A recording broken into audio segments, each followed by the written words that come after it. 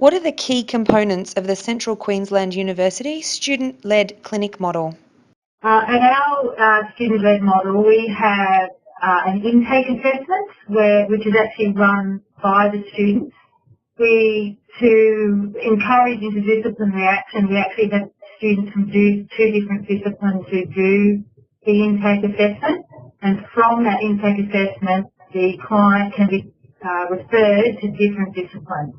So a student will have knowledge and access to what each different discipline's role within a client's care and pathway model will be within our clinic.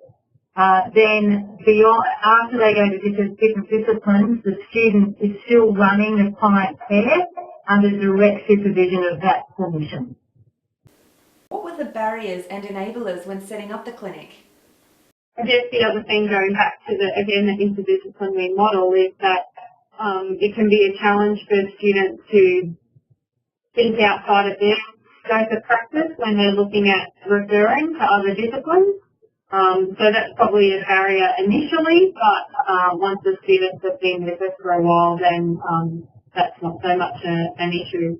The other thing would be convincing clients sometimes that they will get an equally as good service coming to a student-led clinic versus a clinic that is just run by health professionals. And I guess that's about promotion in the community. And again, once clients start to access the service, I think that they feel like they are getting a good service because the students are still under supervision from their clinical supervisors. Now that it's been running for a while, what are the best parts of the clinic? I think the team is probably the best part. So we have an amazing team here, and like I said before, a lot of different health professionals working together. That makes it a very unique opportunity for students. I think probably the other thing is that students get a little bit more opportunity to see clients more autonomously than they would in other settings, because everything at the clinic is designed around students. So they've got extra time to do paperwork and to think through what they're going to do with clients. There's no rush. How are the outcomes being measured? What are the outcomes so far? There is some research that has been started within the clinic looking at outcomes.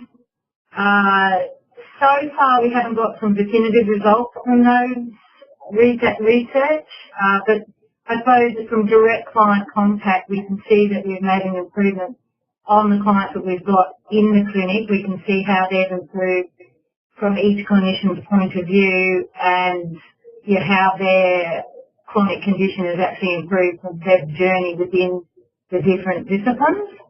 And outcomes from students, probably Jayne will be able to best answer that from feedback from students. What advice would you give to another service considering commencing their own student-led clinic? I think preparation is the key, definitely in terms of developing the clinic itself, and then once you've developed it, taking students on placement, there's always going to be a lot of preparation and planning, not just on an individual clinician level, but across the whole team. So we know how many students we've got at any given time at the clinic, and that allows us to plan the intake assessments and those sort of things. Probably the other thing is just to have a good understanding of what you want to get out of the clinic. So here it's designed around a chronic disease model of care. But, there may be other clinics that try to set up, for a paediatric model or mental health or those sort of things. So what do you want the outcomes to be?